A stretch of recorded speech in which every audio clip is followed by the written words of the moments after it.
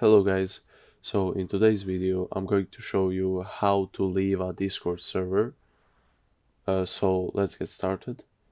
So first of all, you will need to choose a server that you want to leave. For example, let's say I want to leave this Unity Discord server.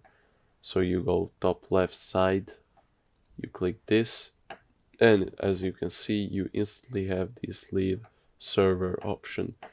You just click it and you just leave it.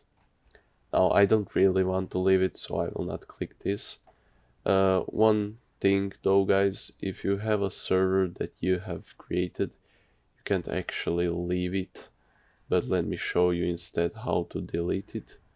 So you go to server settings and you go to delete server, and that's pretty much the same as leaving it.